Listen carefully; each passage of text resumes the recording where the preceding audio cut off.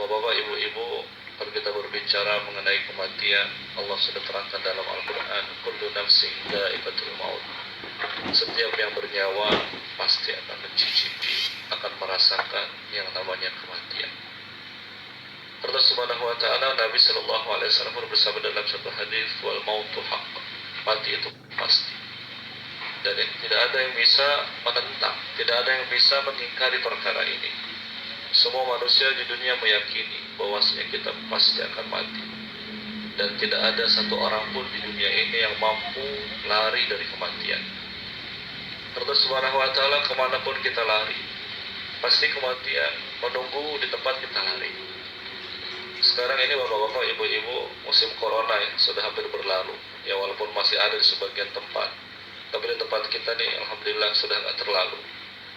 Ini saya mengingatkan kejadian dalam yang Allah ceritakan dalam Al-Quran.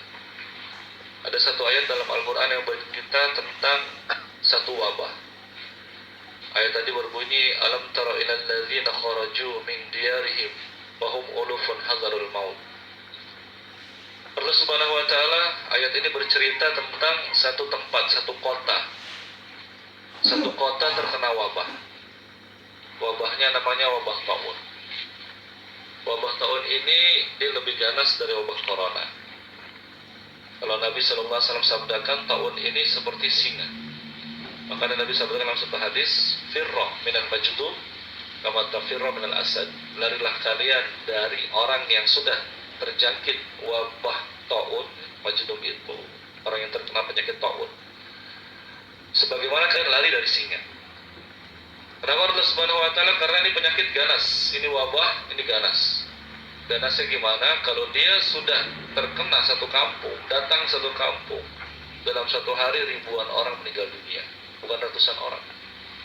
Kalau corona ini menurut saya ini bukan wabah. Karena kalau yang namanya wabah itu, satu tempat terjangkit wabah, itu dia angka kematian naik drastis. Misalnya dalam satu bulan, dari satu kabupaten ini yang meninggal dunia ada 10 orang dalam satu bulan. Dalam satu hari ada 10 orang dalam satu bulan, katakanlah ada ya sekitar 500 orang misalnya kan.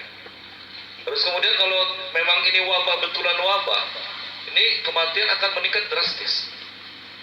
Tapi ternyata corona ini ya angka kematian segitu-gitu aja. Saya baca artikel yang ditulis oleh Dinas Pemakaman DKI Jakarta. Ketika sebelum ada corona, orang yang meninggal dunia angka kematian setiap bulannya itu sekitar 3.000 sampai 4.000 orang per bulan. Ini DKI Jakarta, di ibu kota. Kemudian selepas ada corona, yang meninggal dunia ya segitu-gitu aja. Di angka 3.000, 4.000, di angka 3.000, 4.000. Karena Subhanahu wa taala, kalau angka kematian segitu-gitu aja, berarti bisa dipastikan corona ini bukan wabah.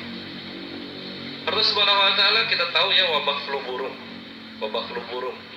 Mungkin pernah di antara kita yang biasa merawat ternak, ya kan, punya ayam. Terus kemudian tiba-tiba ayam satu kampung mati semua.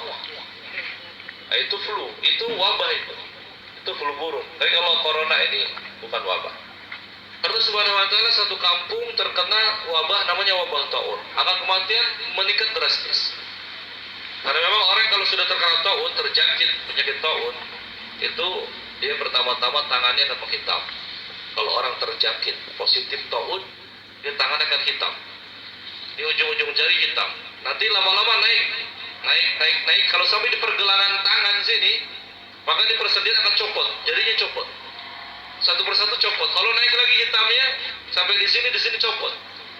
Jadi kalau sudah seperti itu, hitam tangan sudah menghitam, itu bisa dipastikan kalau pagi tanda penyakitnya sudah ada, sore dia sudah bisa dipastikan meninggal dunia.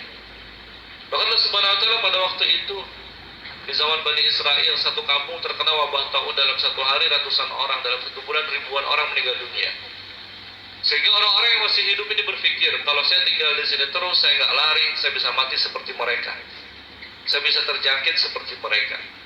Makanya mereka berpikir, tinggalkan kampung, tinggalkan rumah, yang penting bisa selamat dari kematian, bisa lari dari kematian.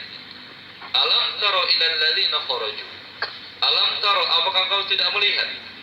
Ilal ladzina kharaju, kepada orang-orang kharaju yang mereka kabur, mereka lari. rumah-rumah mereka. Wahum ulufun, jumlah mereka nggak sedikit. Jumlah mereka ulufun, puluhan ribu. Ibnu Abbas radhiyallahu anhu dalam tafsir Ibnu Katsir mengatakan jumlah mereka kurang lebih ada 50.000 orang yang lari meninggalkan kampung mereka. Kenapa mereka lari meninggalkan kampung mereka, rumah mereka? Hadzarul maut, karena takut mati, takut kena wabah taun. Allah Subhanahu wa taala, tapi yang namanya orang lari dari kematian, yang dijumpai malah kematian. Begitu mereka lari meninggalkan kampung mereka, meninggalkan rumah mereka, pindah ke kampung lain, ternyata di kampung lain 50.000 orang itu Allah perintahkan malaikat cabut mereka semua. Faqala lahumullahu mutu. Allah berfirman, perintahkan malaikat penjabut nyawa Israel, perintahkan anak buahmu cabut mereka semua tuh 50.000 orang yang lari meninggalkan kampung itu.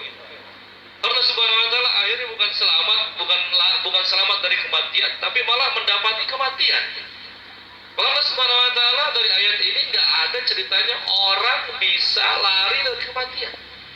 Kalau kita lari ke utara, ternyata kematian sudah menunggu kita di utara. Kita lari ke barat, kematian sudah menunggu kita di barat. Lari ke timur, kematian sudah menunggu kita di timur. Kemana saja kita lari dari kematian, kematian sudah menunggu di tempat tersebut. Aina ma takunu yudrikumul maut walau kuntum fi burujin musyayyadah, kata Allah. Kemanapun kalian lari, kemanapun kalian bersembunyi, kematian akan menjumpai kalian. Walau kuntum fi burujin musyayyadah, walaupun kalian bersembunyi di balik benteng yang sangat kokoh, ternyata kematian sudah menunggu kalian di balik benteng tersebut.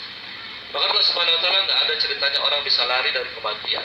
Maka nggak usah kita lari, nggak usah kita takut sama yang namanya mati. Mati pasti datang, nggak perlu ditakuti. Tapi Allah Subhanahu wa taala jangan juga kita minta mati. Karena minta mati juga boleh dibenci oleh Allah. Emang ada Pak Ustadz orang minta mati? Ada. Orang yang hidupnya susah, dia terkena banyak musibah, diuji oleh Allah Subhanahu wa taala dengan berbagai macam kesusahan, punya penyakit nggak sembuh-sembuh, udah berobat kemana-mana. Allah Subhanahu wa taala tinggal di rumah ternyata nggak ada yang merawat dia, sudah tua, anak-anaknya sudah sibuk semua dengan keluarganya masing-masing, sehingga nggak ada satu anak pun yang merawat dia. Akhirnya Allah Subhanahu wa taala dalam keadaan susah, dia doa kepada Allah, oh kareng, Allah mak kareng. Allah Subhanahu wa taala yang seperti ini, doa seperti ini, doa minta mati, ini doa yang dibenci oleh Allah Subhanahu wa taala. Kalau memang Allah Subhanahu wa taala kasih penyakit yang nggak sembuh-sembuh, ya sabar. Kuncinya ya sabar. Sabar itu apa? Jangan mengeluh. Kenapa kita mengeluh Allah Subhanahu wa taala? Karena kita tidak paham. Penyakit yang Allah berikan ini sebenarnya adalah kafaroh. Kafaroh, penghapus dosa. Dosa kita banyak, Pak. Kita punya dosa ini banyak. Orang yang merasa bahwasanya dia nggak punya dosa, yakin dan pasti dia dosanya banyak. Allah Subhanahu wa taala dosa kita banyak. Maka kalau kita dikasih penyakit, dikasih sedikit ujian, dikasih sedikit musibah, itu berarti Allah sayang sama kita. Kenapa Allah sayang sama kita kemudian kasih penyakit? Allah mau hapuskan dosa-dosa kita lewat penyakit tersebut, sehingga nanti ketika dosanya sudah habis, kemudian nyawa kita dicabut, menghadap Allah dalam keadaan dosa-dosa kita sudah habis, tinggal kebaikannya mati. Allah Subhanahu wa taala maka sabar. Kalau dikasih penyakit gak sembuh-sembuh, Allah Subhanahu wa taala tanda sayang Allah kepada kita. Allah mau menghapuskan dosa-dosa kita di dunia ini, sehingga nanti menghadap Allah sudah nggak ada dosanya, tinggal pahalanya. Maka Allah Subhanahu wa taala sabar. Sabar kan ada batasnya, Pak Ustadz. Siapa bilang sabar ada batasnya? Sabar tuh nggak ada batasnya. Kalau orang bilang sabar ada batasnya, maka orang tadi sebenarnya pada waktu itu udah nggak sabar. 1 kali boleh sabar, 2 kali boleh sabar. Ini sudah 3 kali. Sabar ada batasnya. Allah Subhanahu wa taala, dari mana sabar ada batasnya? Sabar tuh nggak ada batasnya. Dalam Al-Quran surat Ali Imran ayat terakhir, Allah Subhanahu wa taala berfirman, ya ayyuhalladzina amanu isbiru wa sabiru wa rabitu.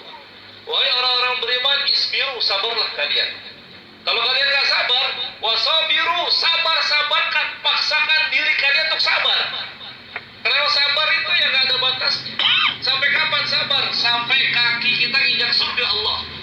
Kalau belum masuk surga, sabar terus. Allah Subhanahu wa taala, kalau misalnya kita memang mau nggak sabar, nanti kalau sudah masuk surga silahkan nggak sabar. Selagi belum masuk surga, sabar.